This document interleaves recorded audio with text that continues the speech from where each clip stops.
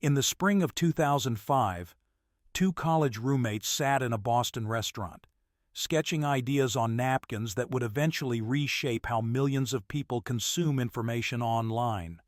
This is the story of Reddit, a platform that began as a simple link aggregator and evolved into one of the Internet's most influential communities, a place where anonymous strangers gather to share news, argue about everything, organize movements, create inside jokes that spread across the web, and occasionally change the world in unexpected ways. From its humble beginnings in a cramped apartment to becoming a multi-billion-dollar company with hundreds of millions of users, Reddit's journey mirrors the evolution of the Internet itself. It has weathered storms of controversy, leadership upheavals, community rebellions, and existential questions about free speech versus safety. Along the way, it has given birth to phenomena that transcended the platform entirely, from viral memes to political movements, from charitable giving campaigns to financial market disruptions that made international headlines. Settle in as we trace the complete history of Reddit, from its conception to the present day, exploring the moments that defined it, the controversies that nearly destroyed it, and the community that kept it alive through everything.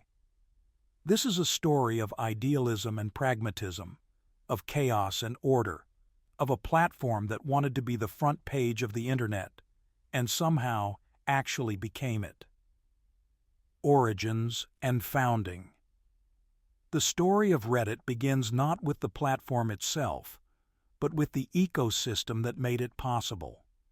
In 2005, the Internet was undergoing a profound transformation. The first wave of social networking sites was gaining real momentum. MySpace had exploded in popularity, becoming the most visited website in the United States. Facebook was still confined to college campuses, requiring a university email address to join. YouTube would launch that same year in February. The web was shifting from static pages maintained by webmasters to dynamic user-generated content platforms. People were no longer passive consumers of information, but active participants in creating and sharing it. This was the environment into which Reddit would be born. Two friends from the University of Virginia saw an opportunity in this changing landscape. Steve Huffman and Alexis Ohanian had been roommates during their time at UVA, bonding over their shared interests in technology, video games, and entrepreneurship. Huffman was the technical mind, a programmer who could build almost anything given enough time and coffee.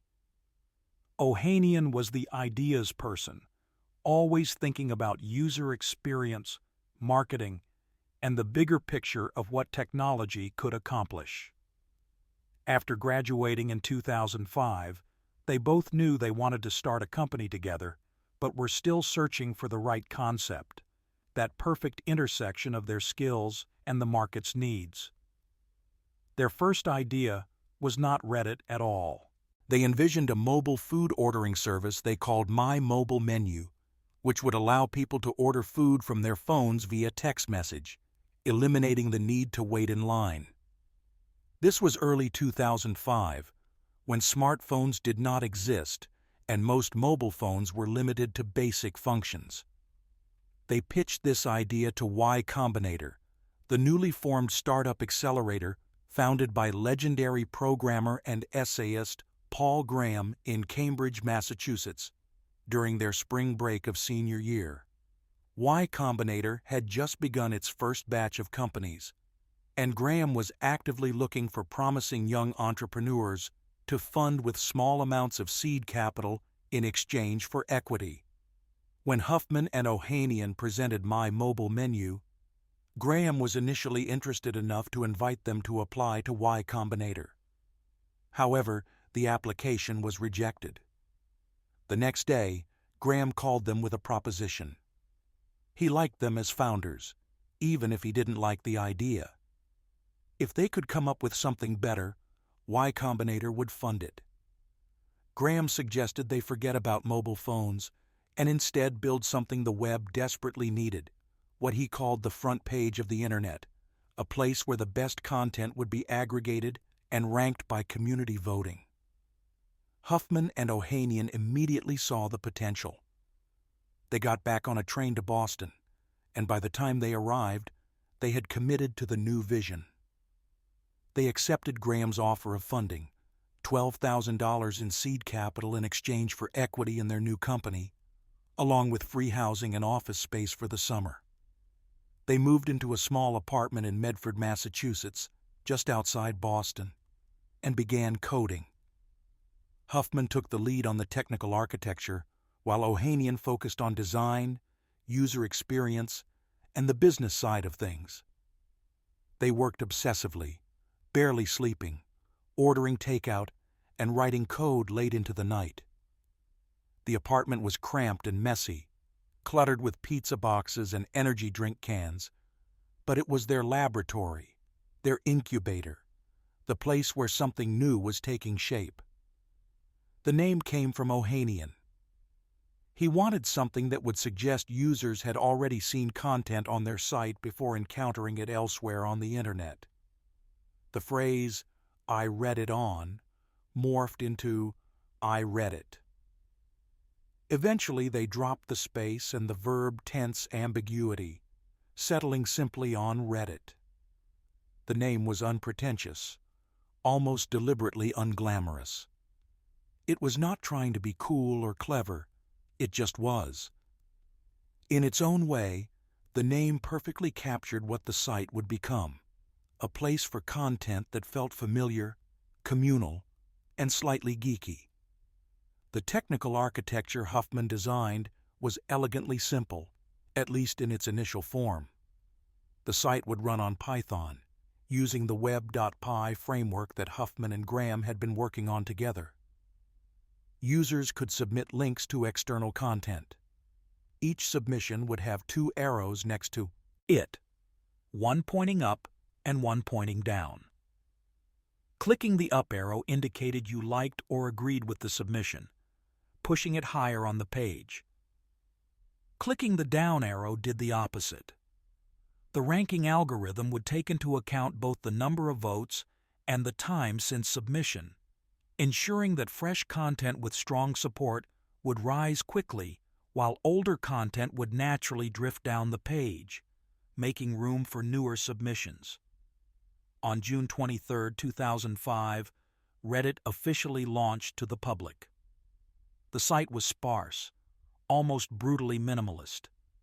The logo was simple text, not yet featuring the friendly alien mascot called Snoo that would later become iconic. The color scheme was basic, mostly white background with blue links, following the standard web design conventions of the time. There were no subreddits yet, no comment threading, no user profile pages, just a single page where links appeared in order of their algorithmic ranking, with small arrows beside each one and a brief headline describing the content. The first challenge was building momentum. An empty social platform is worthless, a ghost town where nobody wants to visit. To solve this cold start problem, Huffman and Ohanian did what many early platforms have done. They faked it until they made it. They created multiple fake user accounts and submitted links themselves, sometimes having conversations with their own alt accounts to make the site appear active. They would argue with themselves, upvote their own submissions from different accounts, and generally create the illusion of a thriving community. This was not deception in a malicious sense, but rather seeding the garden, giving real users something to interact with when they arrived. Slowly, actual users began to trickle in.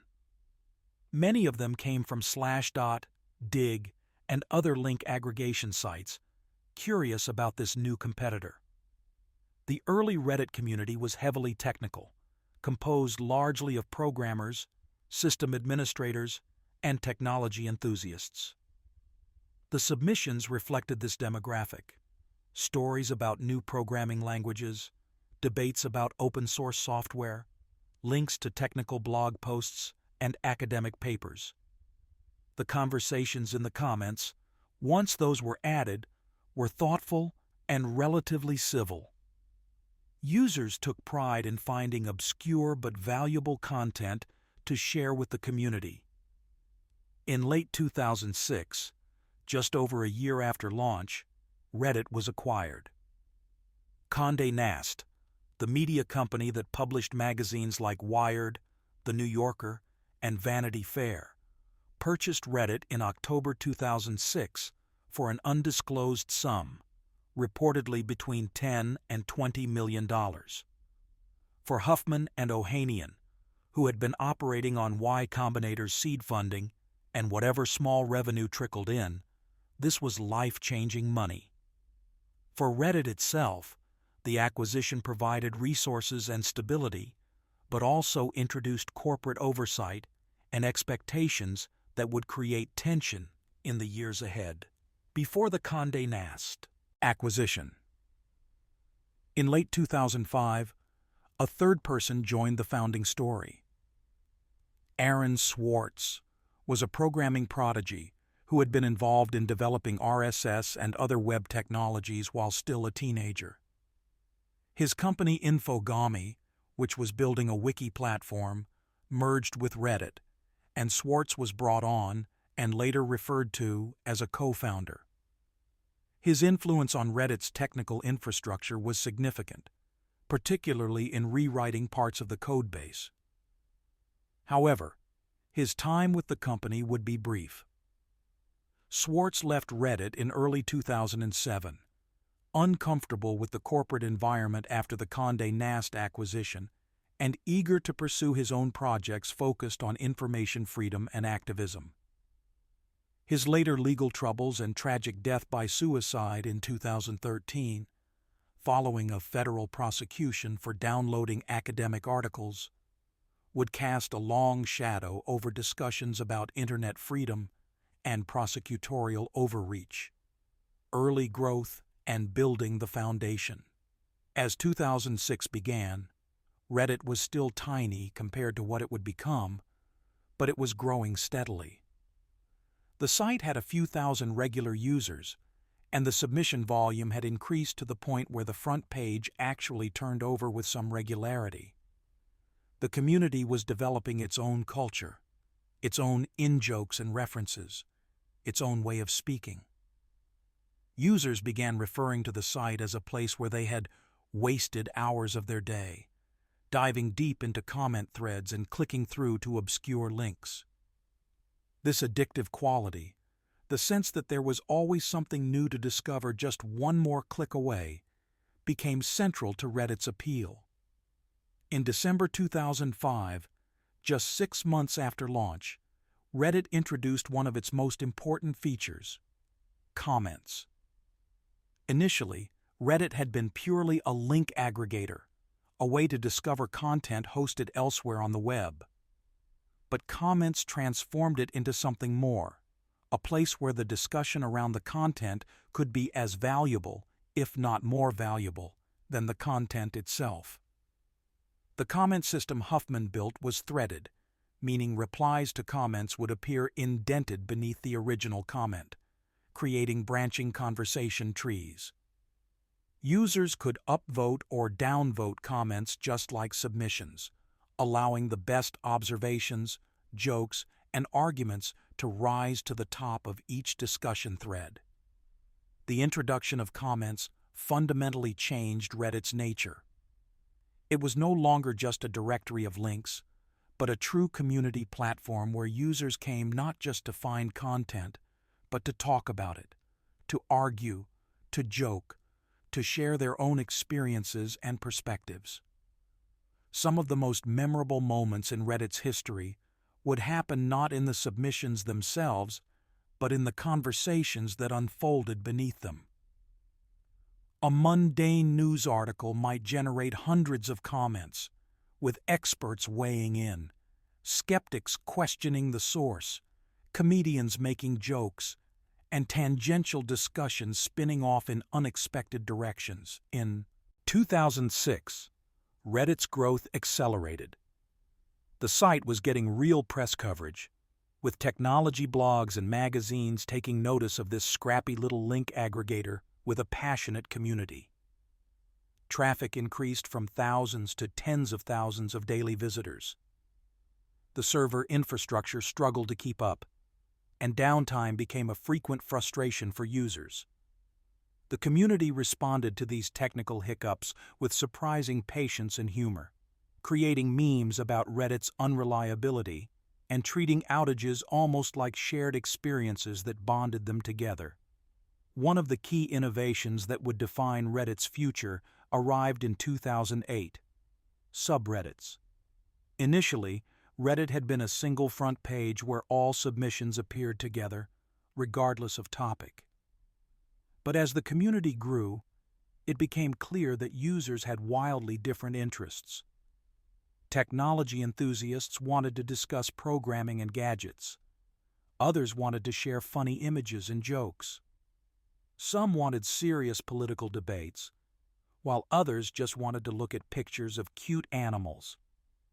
The single front page could not serve all these audiences simultaneously. Subreddits solved this problem by allowing users to create their own specialized communities within Reddit. Each subreddit would have its own focus, its own rules, its own moderators chosen from the community. You could subscribe to the subreddits that interested you, and your personal front page would show submissions from those communities. The early subreddits covered obvious categories: programming, science, politics, funny, pics. But the genius of the system was that anyone could create a subreddit for any topic, no matter how niche. Want to discuss a specific video game? Create a subreddit. Want to share photos of cats making funny faces? Create a subreddit. Want to debate obscure points of philosophy? Create a subreddit. The subreddit system unleashed an explosion of creativity and community building. By the end of 2008, there were hundreds of active subreddits, each with its own culture and norms. Some remained small and tight-knit, with a few dozen regular participants who knew each other by username. Others grew massive, with hundreds of thousands of subscribers. The moderators, who were volunteers from the community rather than Reddit employees, wielded significant power. They could remove posts, ban users, and set the rules for their communities. This distributed moderation model allowed Reddit to scale in ways that would have been impossible with a centralized approach, but it also created inconsistencies and controversies when moderators made unpopular decisions or abused their power. During these early years, Reddit's culture began to crystallize. The site developed a distinctive voice, a blend of nerdy intellectualism, irreverent humor, and passionate argument. Certain phrases and concepts became part of the Reddit lexicon. Users would say "this" to express agreement with a comment or "till" for "today I learned" when sharing an interesting fact. The phrase OP for original poster became standard shorthand. Users developed an aversion to shameless self-promotion and karma farming. The practice of posting content solely to gain upvotes and increase one's karma score. The running tally of upvotes a user had received over time. Reddit Gold, a paid premium membership, was introduced in 2010 as a way to generate revenue and reduce reliance on advertising. For a few dollars, users could gift gold to others whose comments or posts they particularly appreciated, giving the recipient access to special features and, more importantly, recognition from their peers. The gold system was ingenious because it turned users into customers voluntarily, motivated not by what they would receive, but by their desire to reward good content from others. It also became a form of social currency within Reddit, with highly gilded comments and posts receiving additional visibility and prestige. The cultural norms around voting evolved over time. Officially, the upvote and downvote buttons were meant to surface quality content and bury spam or off-topic material, not to indicate agreement or disagreement. But in practice, users upvoted what they liked and downvoted what they disliked, creating a subtle bias toward popular opinions and against controversial viewpoints. This dynamic would become both a strength and a weakness for Reddit, fostering community cohesion, but sometimes creating echo chambers where dissenting views were suppressed. By 2009, Reddit had become a fixture of internet culture for a certain demographic: young, male, tech-savvy, politically liberal, but libertarian on free speech issues. The site's traffic had grown to millions of visitors per month. Major media outlets started citing Reddit threads in their articles, recognizing that the platform often broke news before traditional media could react. When Michael Jackson died suddenly in June 2009, Reddit's breaking news thread became a gathering place for shocked fans sharing their memories and reactions, demonstrating the platform's growing role as a hub for collective processing of major events. The Golden Age and subreddit explosion. The period from 2009 to 2011 is often remembered as a golden age for Reddit, a time when the platform felt full of possibility and discovery, before the controversies and corporate pressures that would come later. The community was large enough to be vibrant and diverse, but not so large that it felt impersonal or chaotic. The subreddit system had matured, and new communities were forming every day around increasingly specific interests and passions. Some of the most beloved subreddits from this era established patterns that would be copied thousands of times over. Ask Reddit, which invited users to pose questions to the community, became one of the most popular destinations on the site. The questions ranged from practical to philosophical, from silly to profound. "What's the creepiest thing that's ever happened to you?" might generate thousands of responses, each person sharing their spooky story, with the most compelling tales rising to the top through upvotes. These threads could become almost addictive to read, hour after hour of human experiences and perspectives.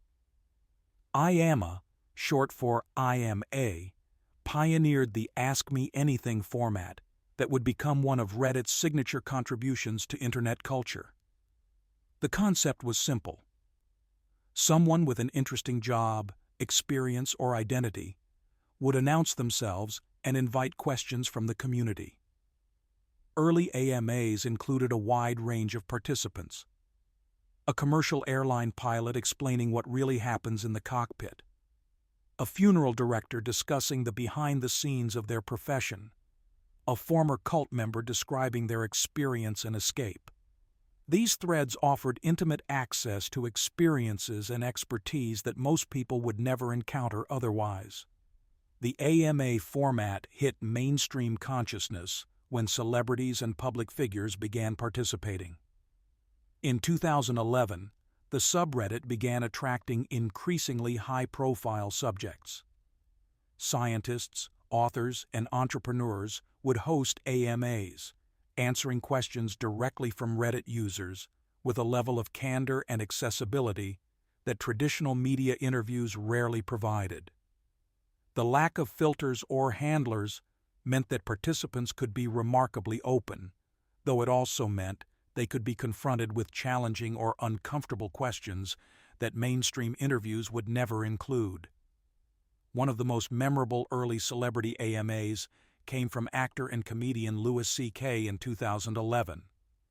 He spent hours answering questions from fans, offering thoughtful responses about his creative process, his views on comedy, and his life experiences. The direct connection between a major celebrity and thousands of fans, without any intermediary, felt revolutionary at the time. It demonstrated Reddit's potential as a platform for authentic human connection and conversation across traditional barriers of fame and access. Reddit's role in organizing collective action also emerged during this period. In 2010, comedian Jon Stewart held a rally in Washington, D.C. called the Rally to Restore Sanity, intended as a satirical counterpoint to increasingly polarized political discourse. Reddit users seized on the event, organizing carpools and meetups, creating signs and memes, and turning out in massive numbers. An estimated 215,000 people attended the rally, and while not all were Redditors, the platform played a significant role in mobilizing attendance and building excitement. It was an early demonstration of Reddit's power to move people from online discussion into real-world action. The platform also proved its capacity for charitable giving and mutual support. Random Acts of Pizza, a subreddit where users could request or offer to buy pizza for strangers, became a heartwarming example of internet kindness. People who were struggling financially could explain their situation, and sometimes a generous stranger would order them a pizza delivery. The subreddit raised questions about digital empathy and trust, how people decided who deserved help, how they verified stories, how they felt about giving to anonymous strangers.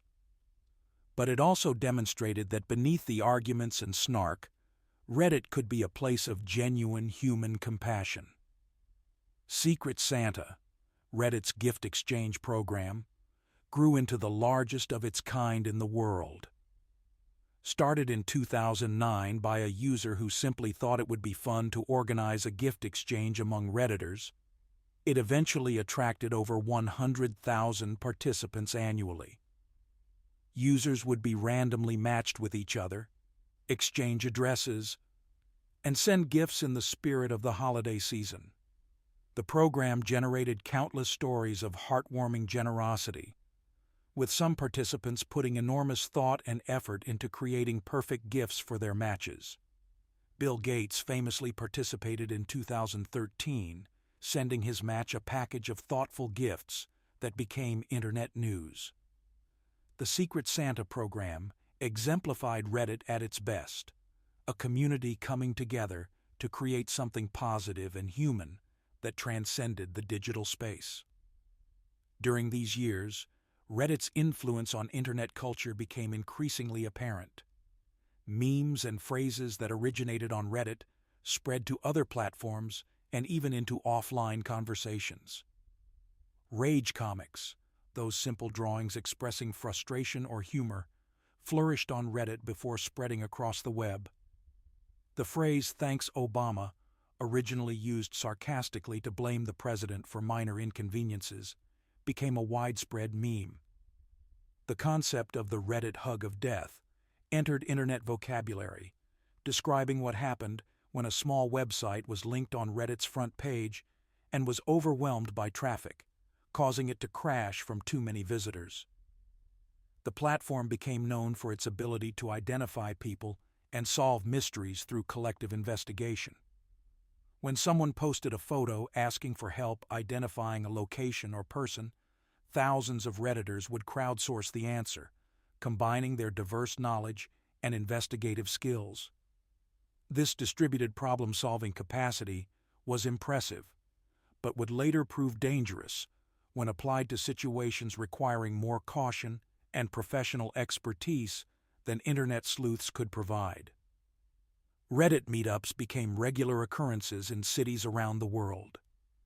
Users who had only ever interacted through text and usernames would gather in person, putting faces to the handles they recognized from threads and comments. These meetups could be awkward, full of inside jokes incomprehensible to outsiders. But they also reinforced that Reddit was not just a website, but a community of real people. The famous photograph from a 2012 Baltimore meetup, featuring hundreds of Redditors gathered together, captured this sense of community, while also sparking jokes about the demographic composition of the user base, predominantly young and male. By 2011, Reddit's traffic had grown exponentially. The site was now receiving over 2 billion page views per month. The most popular subreddits had hundreds of thousands of subscribers. The front page of Reddit had become genuinely influential, capable of driving massive traffic to any website that made it there. Journalists monitored Reddit for breaking news and trending stories.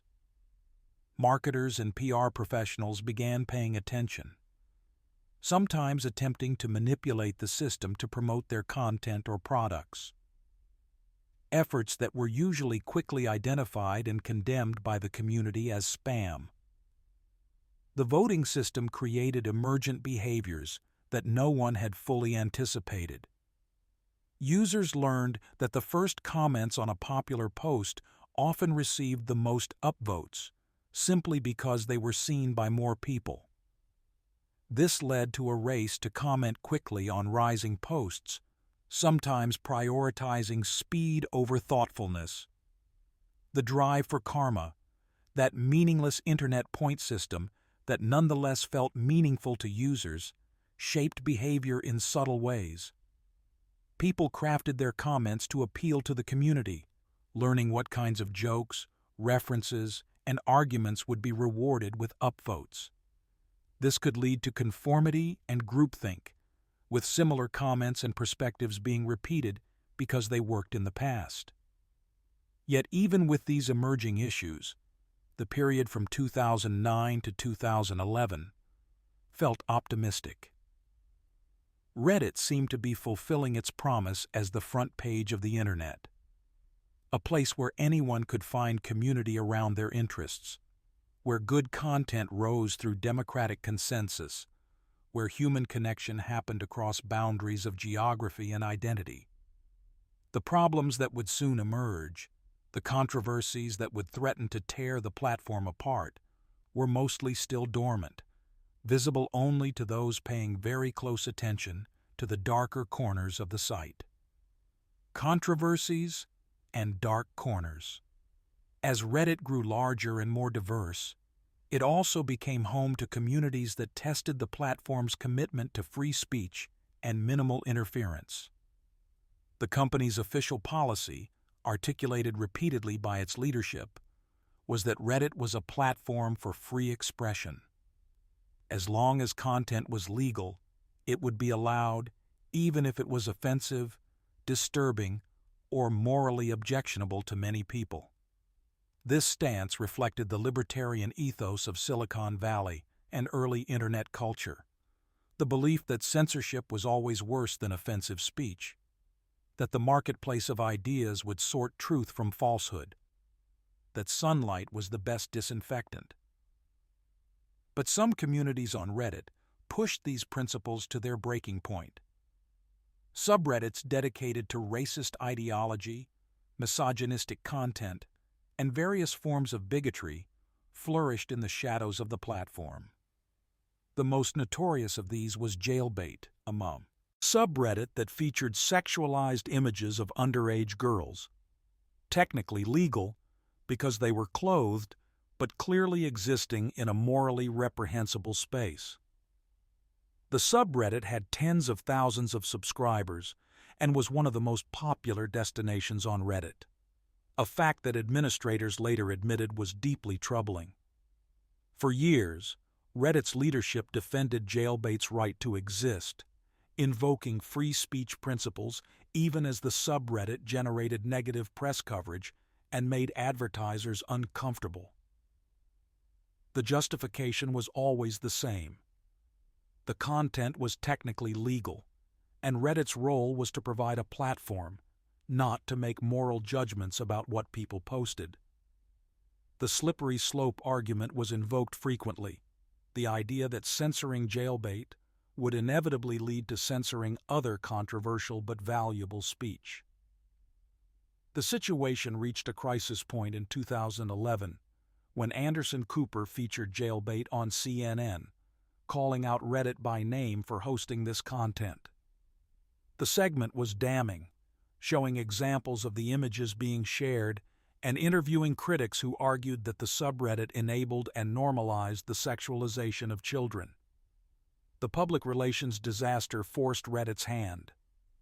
Shortly after the CNN segment aired, Reddit banned jailbait and several related subreddits. The company framed this as enforcing a new policy against sexualization of minors, but critics pointed out that the content had been objectionable all along. It was only the negative publicity that prompted action. The jailbait controversy revealed a pattern that would repeat many times. Reddit would allow problematic communities to exist until external pressure, usually in the form of media coverage, forced the company to take action.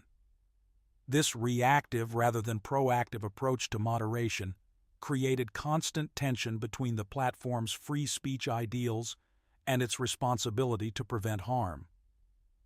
In 2012, another controversy exploded around a user named vigilantism, who had been one of Reddit's most prolific creators of controversial content. Vigilantism, whose real name was Michael Bruch, had created and moderated hundreds of subreddits, many of them featuring disturbing or offensive content. He was protected by Reddit's commitment to user anonymity, a core principle that allowed people to participate without revealing their real identities. But in October 2012, journalist Adrian Chen published an article in Gawker revealing vigilantism's real name and identity, a practice known as doxing. The Reddit community erupted in fury, not at vigilantism for his years of posting objectionable content, but at Chen and Gawker for violating the sacred principle of anonymity. Many subreddits banned links to Gawker in protest. The debate raged across the platform. Did a user who posted such content deserve to have his anonymity protected, or was unmasking him a justified consequence of his actions? The controversy highlighted the complicated ethics of internet anonymity, how it enables both valuable free expression and harmful behavior, how it protects both vulnerable whistleblowers and bad actors hiding behind pseudonyms. Following the violent Acras incident, Reddit did ban several of his subreddits, including Creepshots, which featured sexualized photographs of women taken without their consent. But the company continued to struggle with where to draw lines. Speech that was merely offensive remained protected, but speech that was deemed to encourage harm or that violated laws could be removed. The definition of these boundaries remained fuzzy and subject to constant debate, both within Reddit's leadership and in the broader community. In 2013, Reddit faced one of its darkest moments during the Boston Marathon bombing. On April 15, 2013, 2 bombs exploded near the finish line of the Boston Marathon, killing 3 people and injuring hundreds. In the immediate aftermath, with the perpetrators still at large, Reddit users decided to help investigate. A subreddit called Find Boston Bombers was created, where users pored over photographs and videos from the scene, attempting to identify suspicious individuals who might have planted the bombs. The crowdsourced investigation quickly spiraled out of control. Reddit users identified several innocent people as suspects based on circumstantial evidence or simple prejudice. They shared names and photos of these supposed suspects, effectively doxing them and subjecting them to public accusation and harassment. One young man, Sunil Tripathi, was incorrectly identified by Reddit users as a bombing suspect. Tripathi had been missing for weeks before the bombing, and his family was already desperately searching for him. The false accusation from Reddit led to a flood of online harassment directed at his family. Tragically, Tripathi's body was found days later. He had died by suicide before the bombing even occurred, making the accusations not only false, but cruelly timed. When the actual bombers were identified by law enforcement, Reddit users Jokar and Tamerlan Tsarnaev, the platform was forced to reckon with the damage its amateur investigation had caused. Reddit's general manager, Eric Martin, issued a public apology, acknowledging that the crowdsourced investigation had spiraled way out of control and that Reddit's efforts had likely interfered with the actual police investigation. The incident became a cautionary tale about the dangers of internet vigilantism and the limits of crowdsourced investigation, showing that collective intelligence could quickly become collective irrationality when driven by emotion and speculation, rather than evidence and expertise. The Boston bombing debacle marked a turning point in how Reddit was perceived by the broader public.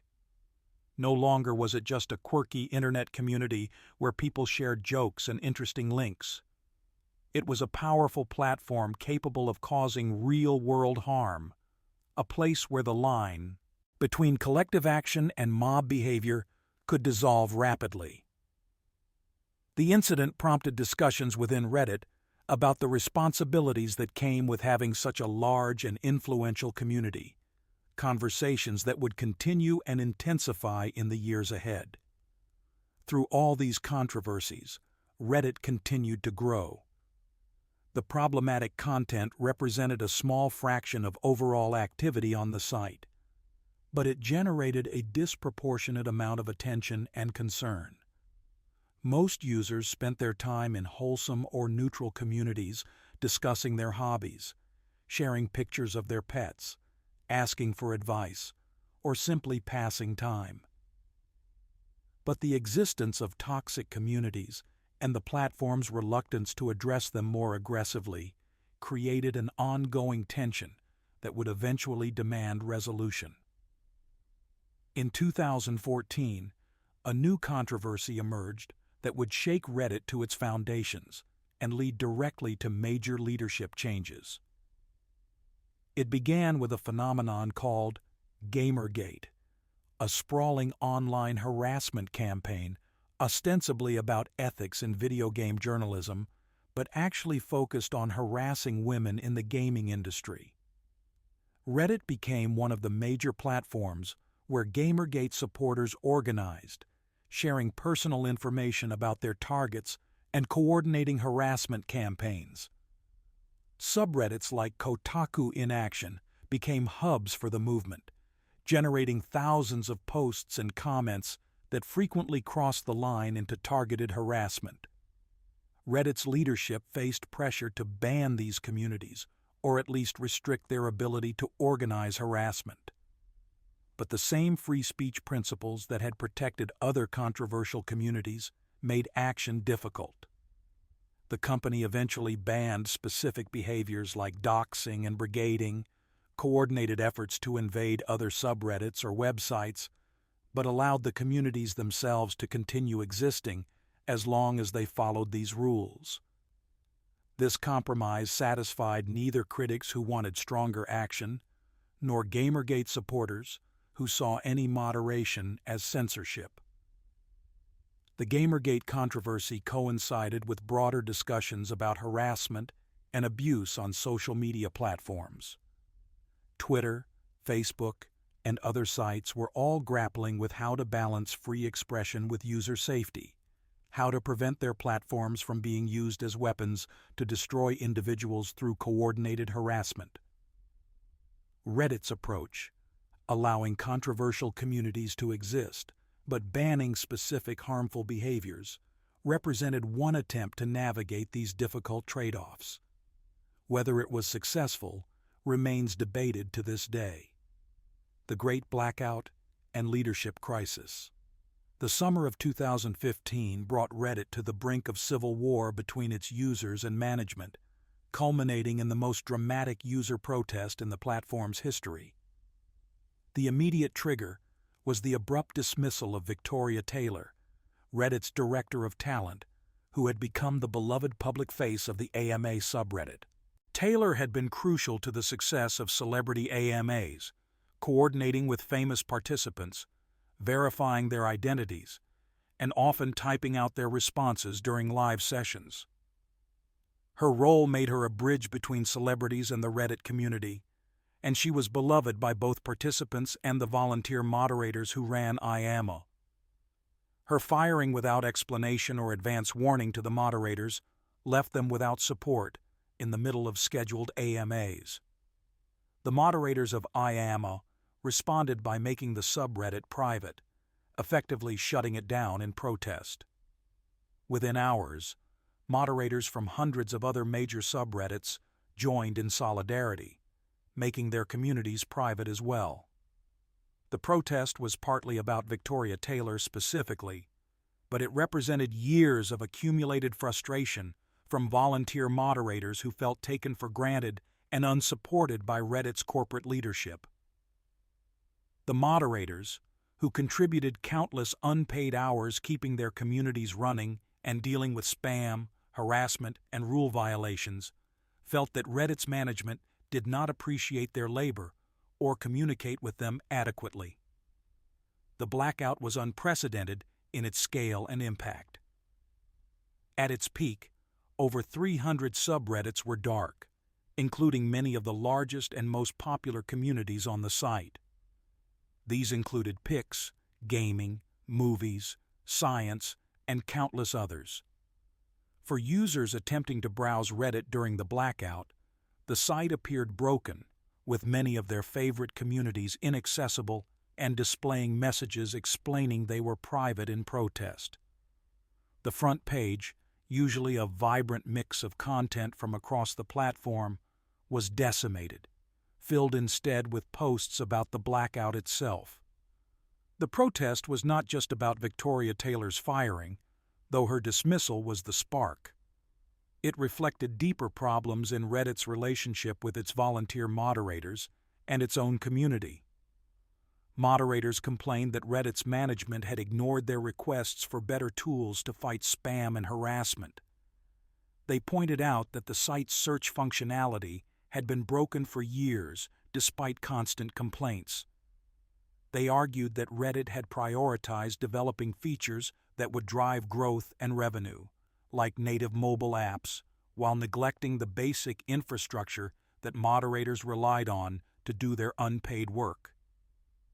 The blackout also occurred against the backdrop of another growing controversy: the leadership of Ellen Pao, who had become Reddit's CEO in November 2014.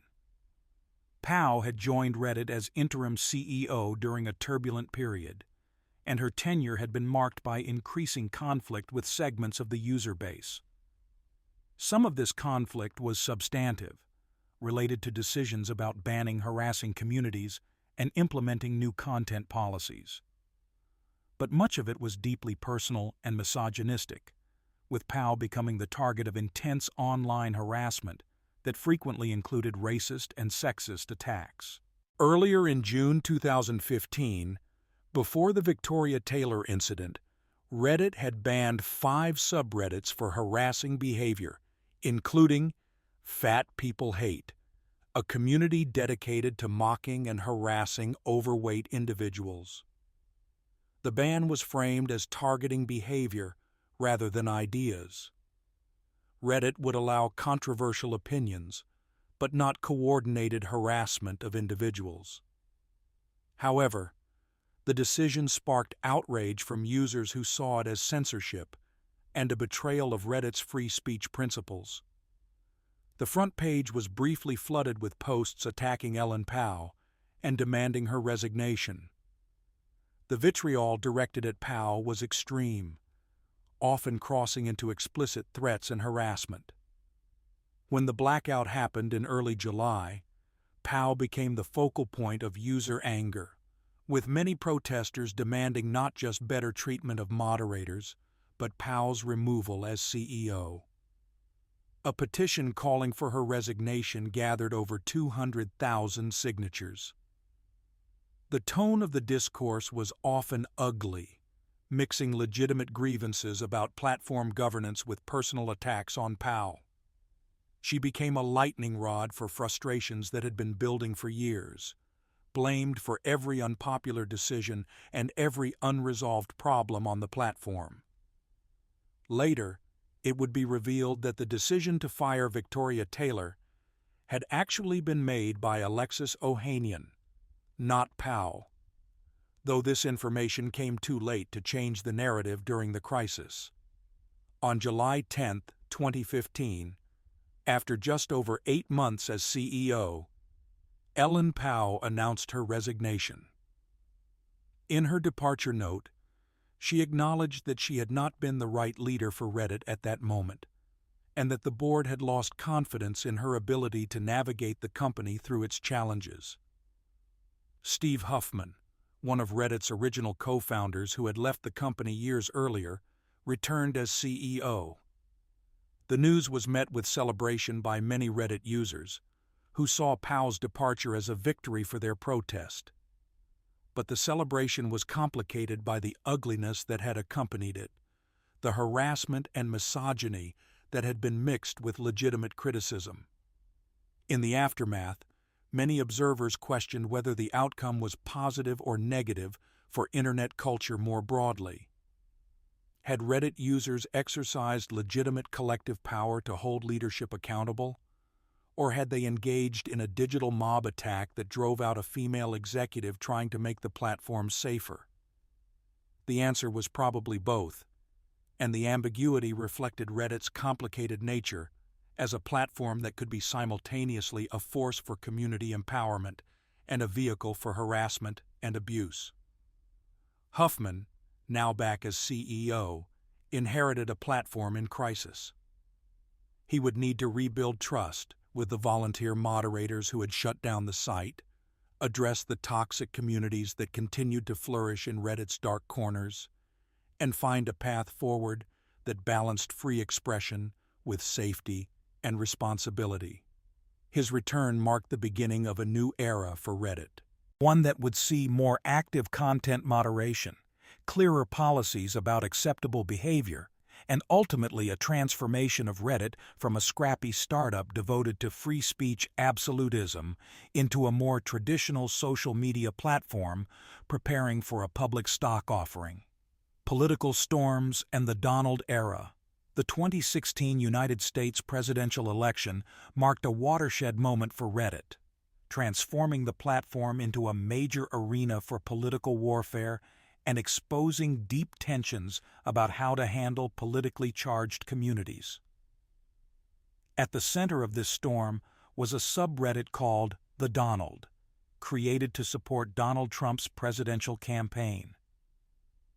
What began as a relatively small community of Trump supporters evolved into one of the most active, controversial, and influential political forums on the internet, fundamentally changing Reddit's relationship with political content.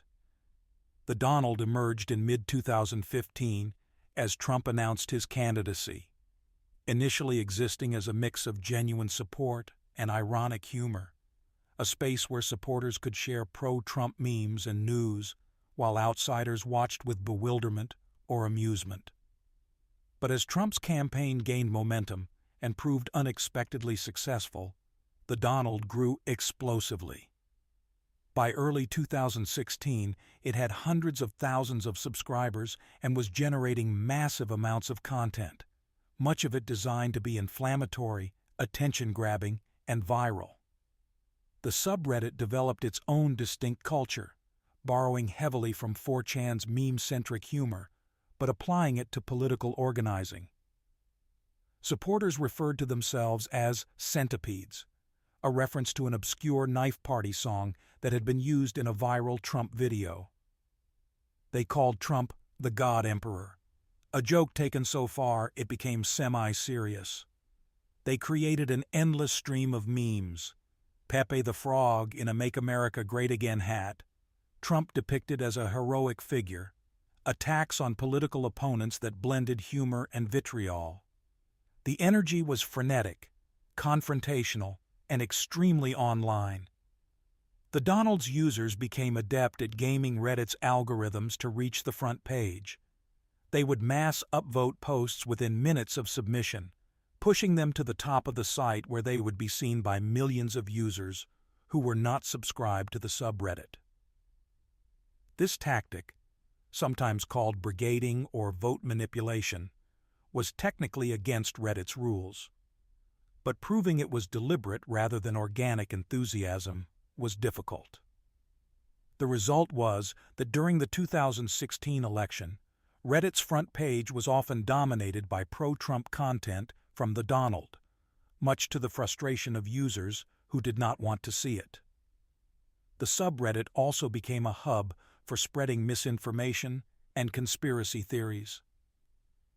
Posts claiming that Hillary Clinton was secretly ill, that the mainstream media was engaged in a massive conspiracy to defeat Trump, that Democratic Party officials had murdered a staffer named Seth Rich, all of these and countless other false or misleading claims would originate or gain traction on the Donald before spreading to other platforms. The subreddit's moderators did little to combat misinformation, instead, actively promoting content that supported their political goals regardless of its accuracy. Reddit's leadership faced a dilemma. The Donald clearly violated the spirit, if not always the letter, of various site rules. The community engaged in brigading, harassment of other subreddits and users, and spread of false information. But banning it would be seen as political censorship, removing a community of hundreds of thousands of Trump supporters for their political views. In a polarized political environment, such a move would generate massive backlash and likely become a national news story about tech platform bias against conservatives. Instead, Reddit attempted a middle path of specific rule enforcement.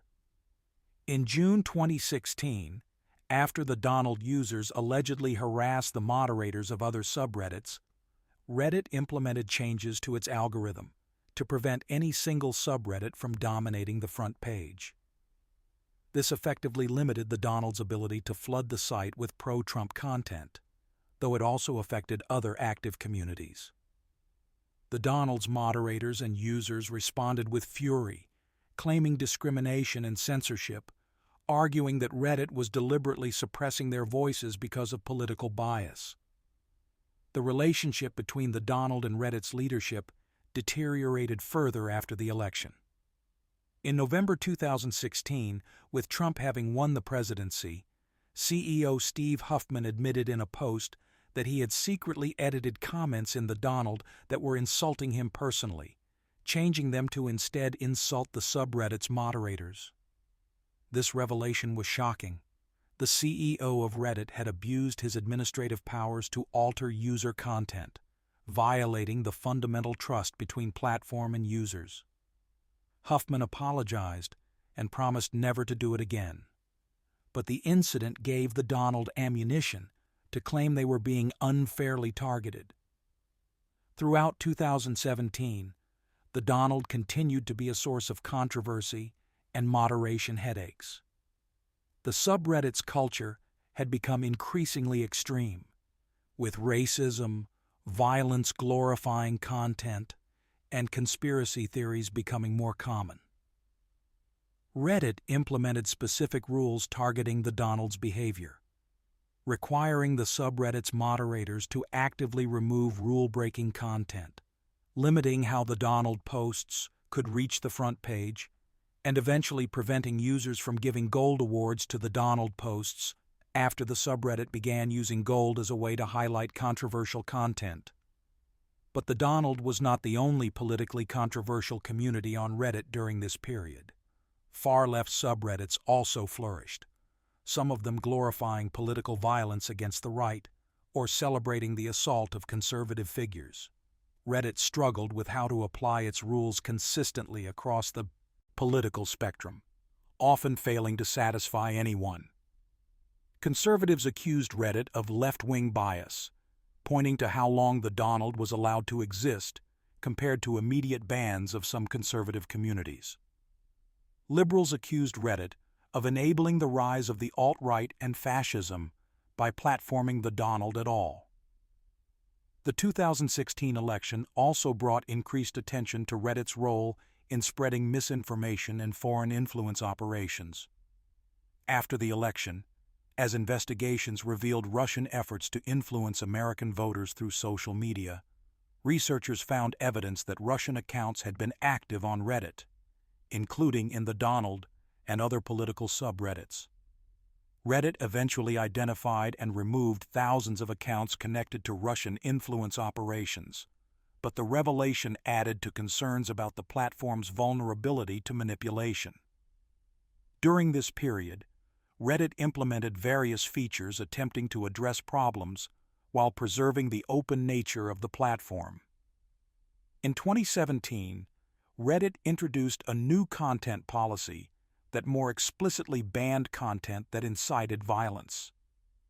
The company also launched a transparency report disclosing requests for user data from law enforcement and instances where content was removed for legal reasons. These moves were attempts to demonstrate that Reddit was taking its responsibilities seriously without becoming an aggressively censored platform.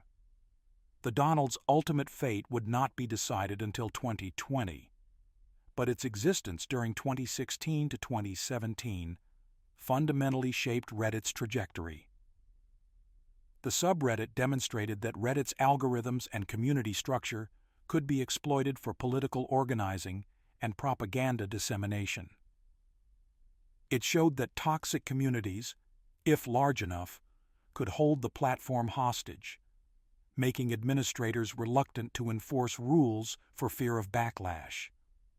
And it revealed the difficult trade-offs between free expression and platform integrity, between allowing diverse political views and preventing one's platform from becoming a vector for extremism and misinformation. Content policy, evolution, and major bans. As Reddit entered the late 2010s, the company began a gradual but significant shift in how it approached content moderation.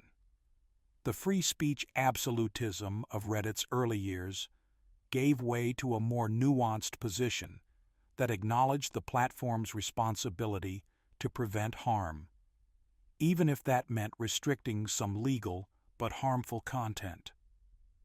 This evolution was driven by multiple factors: negative press coverage of toxic communities, pressure from advertisers uncomfortable with being associated with extremist content, preparation for an eventual public stock offering that would require demonstrating responsible platform governance, and perhaps genuine recognition that the old hands-off approach was no longer tenable.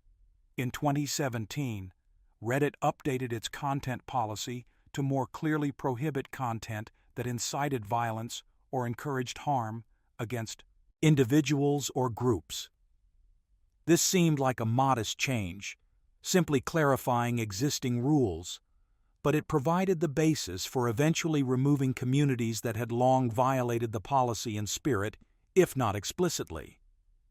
Reddit also introduced a quarantine system, a middle ground between allowing a community to exist normally and banning it entirely. Quarantined subreddits would remain accessible, but would not appear in search results or recommendations, would require users to opt in with a warning about the content, and would not be able to display custom styling or generate ad revenue. The quarantine system was first widely used in 2018, when Reddit quarantined dozens of subreddits for violent content, misinformation, or harassment. The list included everything from far-right extremist communities to subreddits glorifying mass shooters or promoting dangerous conspiracy theories. The quarantines were controversial, with affected communities crying censorship, but they represented a compromise. These communities could continue to exist and converse among themselves, but they would be isolated from the rest of Reddit and carry warning labels for anyone choosing to visit them. In March 2019, a white supremacist terrorist attacked 2 mosques in Christchurch, New Zealand, killing 51 people. The attacker live-streamed his assault and posted a manifesto filled with internet memes and references to online communities including Reddit, 4chan, and 8chan. The tragedy forced a reckoning across social media platforms about their role in radicalizing individuals and spreading extremist content. Reddit faced criticism for having allowed communities that promoted the same white supremacist ideology that had motivated the killer. In the wake of Christchurch, Reddit banned several subreddits associated with white supremacy and fascism, including Watch People Die, a controversial community that shared videos of deaths and which had been spreading the Christchurch shooting video. Reddit also updated its content policy to more explicitly ban content that promoted, glorified, or incited violence, and announced it would be more aggressive in removing communities that violated these rules. This represented a clear departure from the old policy of allowing communities to exist as long as they were technically legal, acknowledging that some legal content could still be harmful enough to warrant removal. Throughout 2019, Reddit continued refining its approach, banning additional communities and experimenting with new moderation tools. The company introduced crowd control features that allowed moderators to automatically filter comments from users with negative karma, or who were new to a community, helping to combat brigading and trolling. Reddit also invested heavily in automated detection systems using machine learning to identify hate speech, harassment, and other policy violations before human moderators had to deal with them. The most significant wave of bans came on June 29, 2020. Reddit announced it was banning approximately 2,000 subreddits for violating its policies against hate speech and harassment. The most prominent casualty was the Donald, which had been quarantined since mid-2019 but was now permanently banned. Reddit stated that the Donald had consistently hosted and upvoted content that violated rules against harassment and violence, and that the subreddit's moderators had not done enough to address the violations despite repeated warnings. The ban of the Donald was both less dramatic and more significant than it might have been. By June 2020, the Donald had largely migrated off Reddit to independent websites following its quarantine, so the active community on Reddit had dwindled to almost nothing. The subreddit's moderators had even abandoned it months earlier, creating a ghost town situation. So the ban was more symbolic than impactful in terms of actual user displacement. But symbolically it mattered enormously. Reddit had finally taken action against its most controversial political community, a community that had once been among the most active on the platform. In the same wave of bans, Reddit also removed Chapo Trap House, a far-left subreddit known for its own issues with harassment and violence-glorifying content. By banning communities on both political extremes simultaneously, Reddit attempted to deflect accusations of political bias, demonstrating that its policies would be enforced regardless of ideology. Critics from both sides found reasons to complain. Conservatives argued that the Donald was much more heavily targeted than left-wing communities, while liberals countered that Chapo Trap House was nowhere near as harmful as the Donald and was banned primarily to provide political cover. The 2020 ban wave also included several other notable communities. Gender Critical, a feminist subreddit that was critical of transgender rights and often featured transphobic content, was banned for hate speech targeting transgender individuals. Cumtown, Consume Product, and dozens of other communities with varying ideologies but similar patterns of harassment and bigotry were also removed. Reddit's announcement emphasized that the bans were based on behavior, not ideas, and that communities were removed for consistently violating rules despite warnings, not for holding controversial opinions. The response from affected communities was predictable. Outrage, accusations of censorship, threats to leave Reddit for alternative platforms, conspiracy theories about who was really making decisions and why. Some users did migrate to alternatives like Ruckus, Vote, or the Donald.win, independent sites created specifically to host communities banned from Reddit.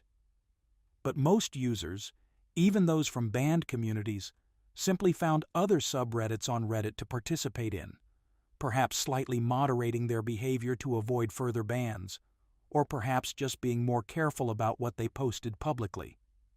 For Reddit as a company, the 2020 ban wave represented a crucial turning point.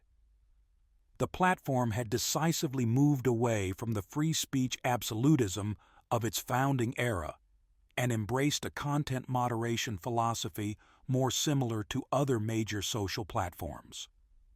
Speech would be protected, but not all speech, and the platform would make active judgments about what kinds of communities were compatible with its values and what kinds were not.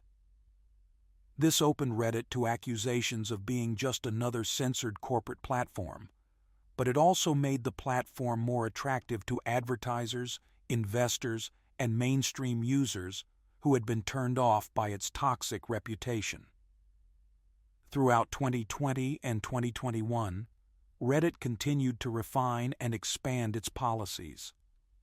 Rules against misinformation, particularly related to COVID-19 and vaccines, were implemented and enforced with varying degrees of consistency. Reddit also introduced new policies targeting brigading, vote manipulation, and ban evasion, all endemic problems that had plagued the platform for years.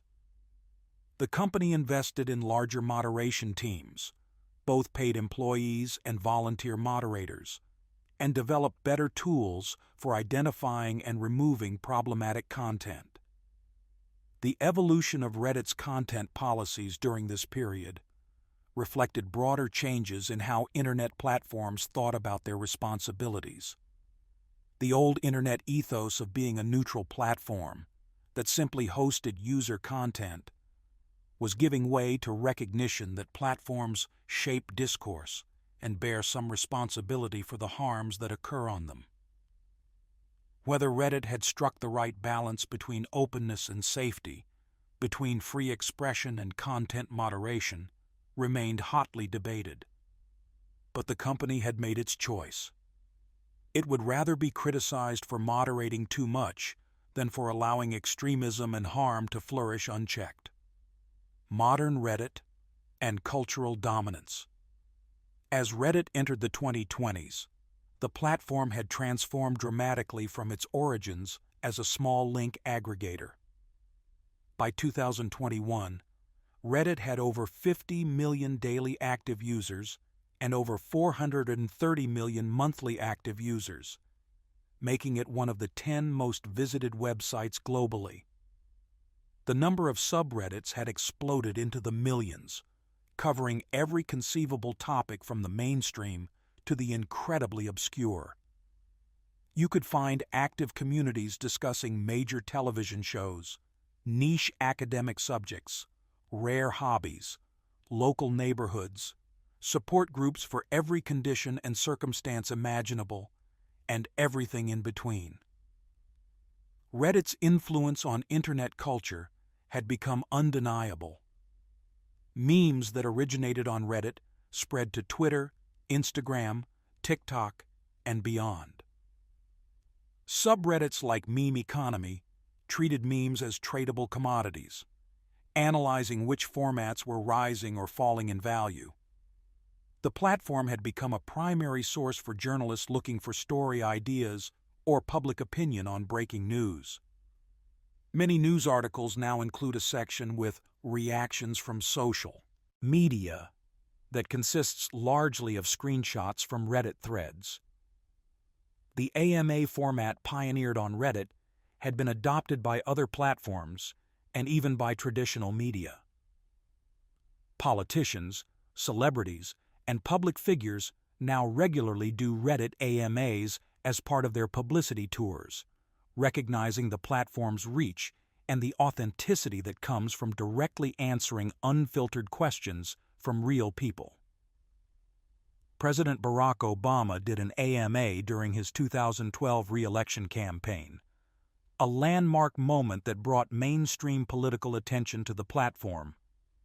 Since then, Countless political figures have followed suit, from Bernie Sanders to Arnold Schwarzenegger to various world leaders. Reddit's role in activism and organizing had also matured.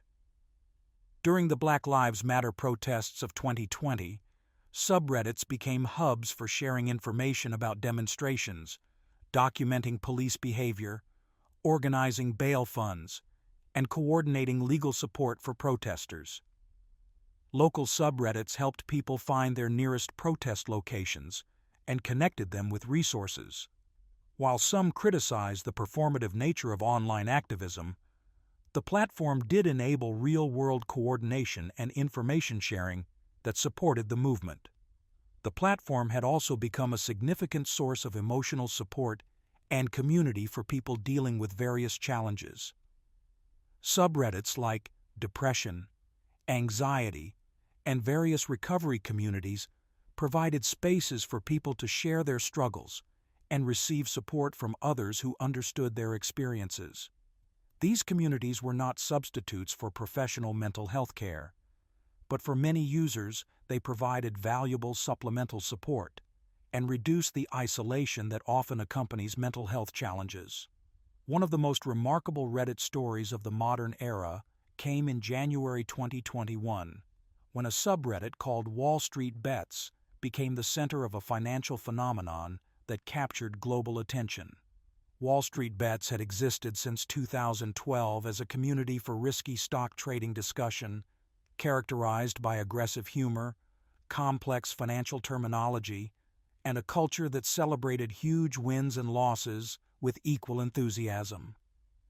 Users called each other degenerates and retards, posting screenshots of their portfolios showing life-changing gains or devastating losses. In January 2021, users of WallStreetBets noticed that GameStop, a struggling video game retailer, was heavily shorted by hedge funds betting that its stock price would fall. Several factors came together.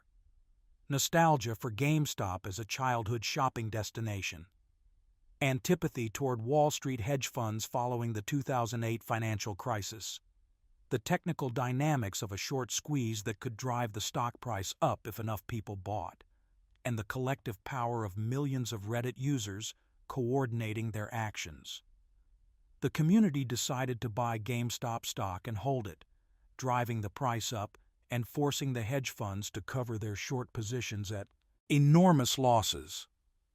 The GameStop short squeeze was extraordinary for multiple reasons. The stock price rose from around $17 per share in early January to a peak of approximately $483 during intraday trading on January 28th, though it briefly touched over $500 in pre-market hours, an increase that defied all traditional financial analysis and was driven almost entirely by retail investors coordinating on social media. Hedge funds that had shorted the stock lost billions of dollars. Several had to be bailed out by other financial institutions. Meanwhile, individual Reddit users, some of whom had invested thousands or tens of thousands of dollars, saw those investments multiply many times over, though many also lost money when the price eventually crashed. The WallStreetBets subreddit itself exploded in membership, growing from under 2 million subscribers before the squeeze to over 6 million by late January. The phenomenon became a cultural moment, covered extensively by mainstream media, and analyzed by financial regulators and market experts. It demonstrated the power of coordinated retail investor action enabled by commission-free trading apps like Robinhood and social media platforms like Reddit.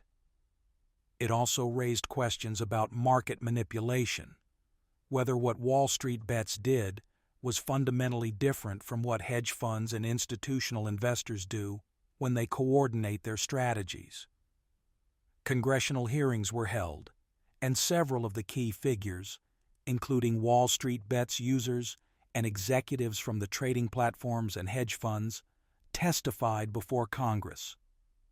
For Reddit, The GameStop saga was a demonstration of the platform's cultural influence and its ability to coordinate collective action at a scale that could impact traditional institutions. It also brought unprecedented attention and new users to the platform, with millions flooding in to see what the excitement was about.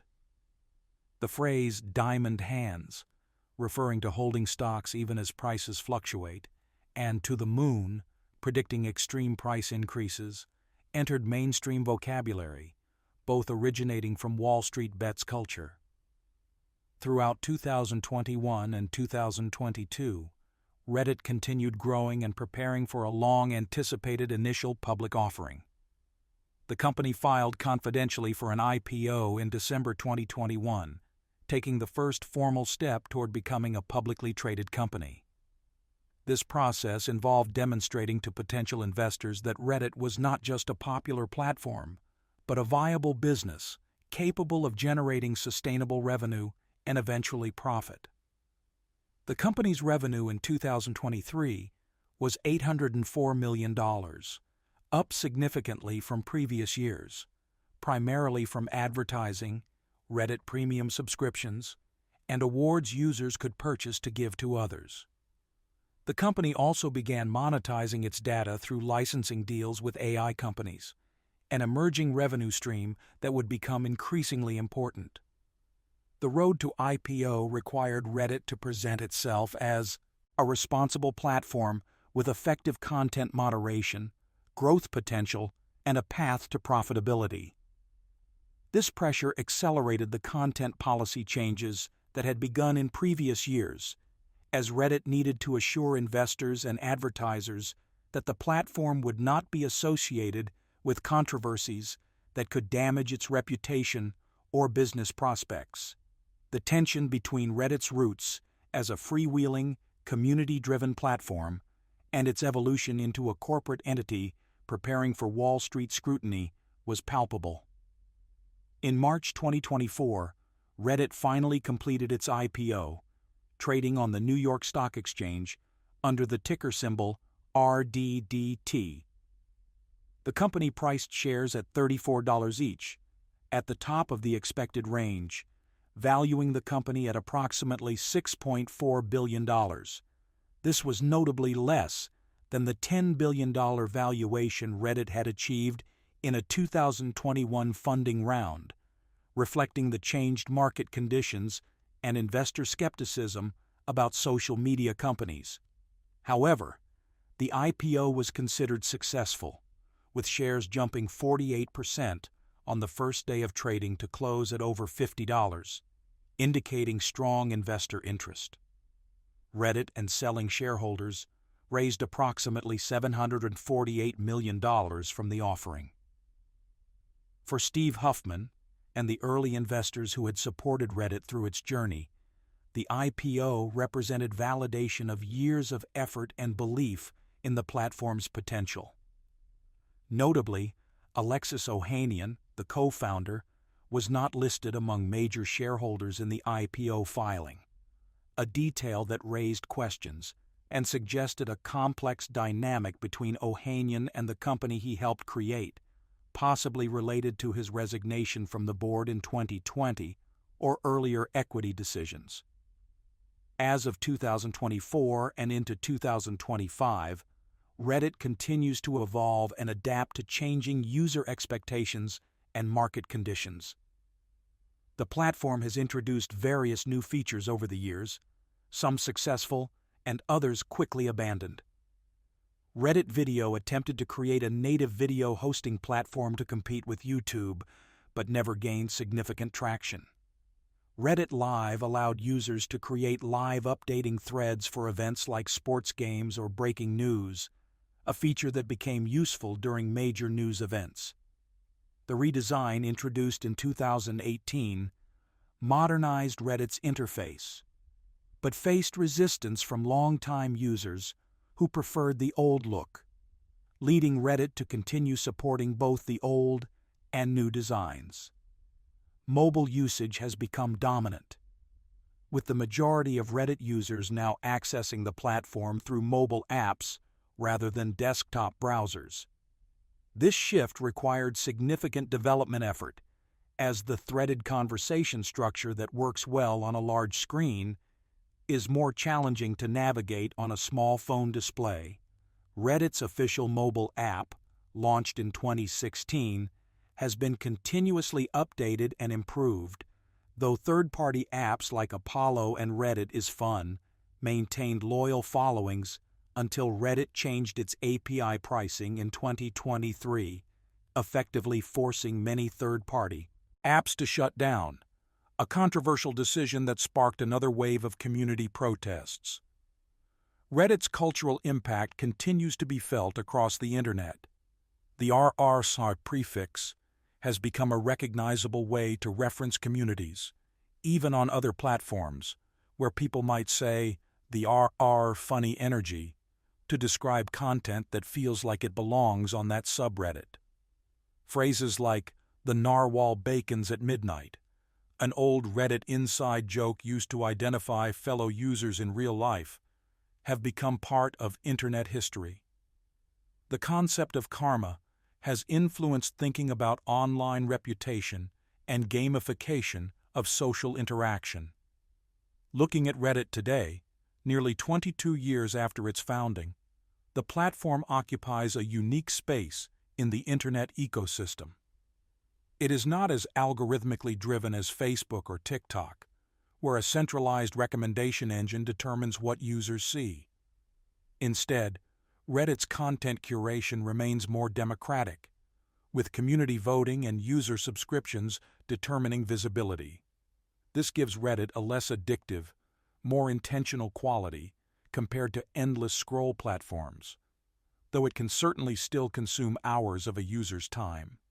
Reddit has also maintained a degree of anonymity and pseudonymity that distinguishes it from platforms like Facebook or LinkedIn, where real names and identities are expected. This allows for more candid discussions and reduces some of the social performance aspects of other platforms. Users can share embarrassing stories, ask questions they would be afraid to ask in person, or explore interests and communities that they might not want publicly associated with their real-world identity. This pseudonymous quality has both benefits and drawbacks, enabling both authentic expression and harmful behavior. The volunteer moderator model remains central to how Reddit functions, and the relationship between these unpaid moderators and Reddit's corporate management continues to evolve. Moderators wield enormous power within their communities, effectively governing spaces with thousands or millions of members. Some moderators are benevolent and dedicated, putting in hours of work to keep their communities healthy and on topic. Others abuse their power, running their subreddits like personal fiefdoms and banning users for arbitrary reasons. Reddit has gradually introduced more tools and oversight to support moderators and address abuses, but the fundamental structure remains decentralized and community-driven. As Reddit looks toward the future as a public company, it faces ongoing challenges. How can it continue growing its user base and revenue while maintaining the community culture that made it special?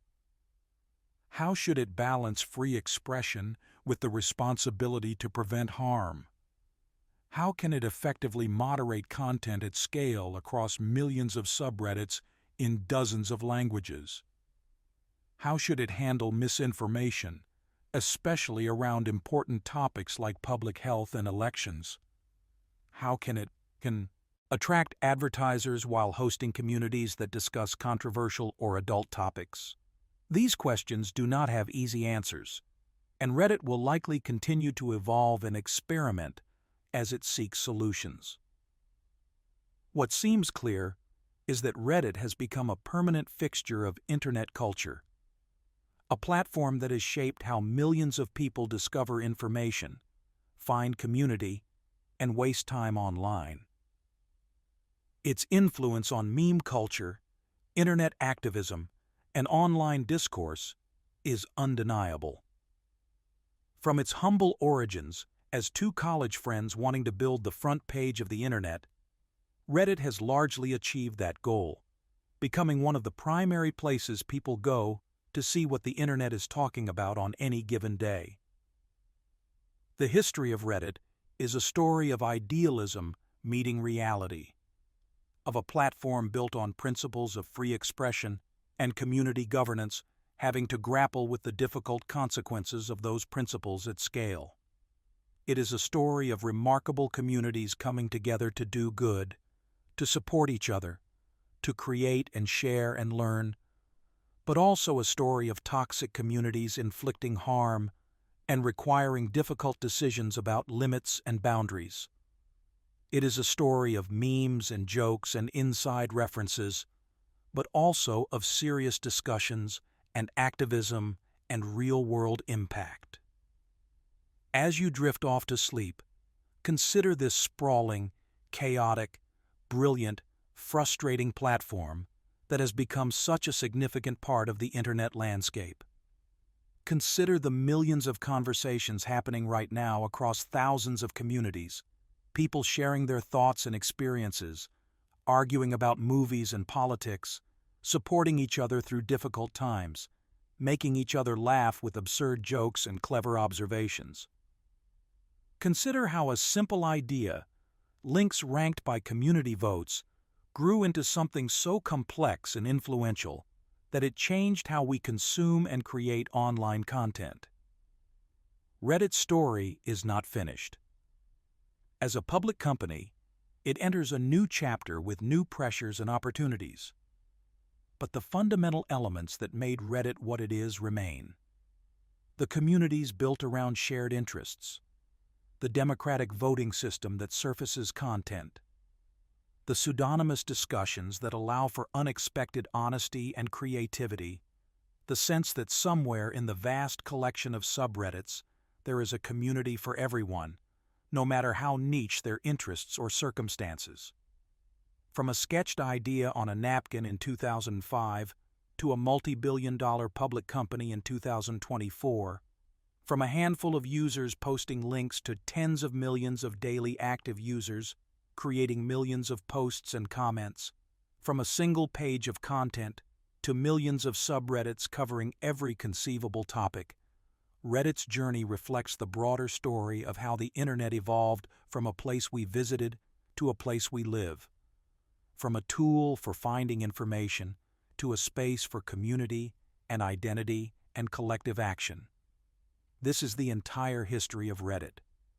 A story of chaos and community, of free speech and responsibility, of inside jokes and serious activism, of the profound and the profane, of the front page of the internet becoming exactly what it promised to be.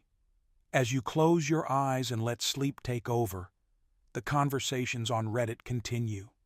The upvotes and downvotes accumulate, new communities form around new interests, and the great democratic experiment of internet content curation rolls forward into whatever comes next.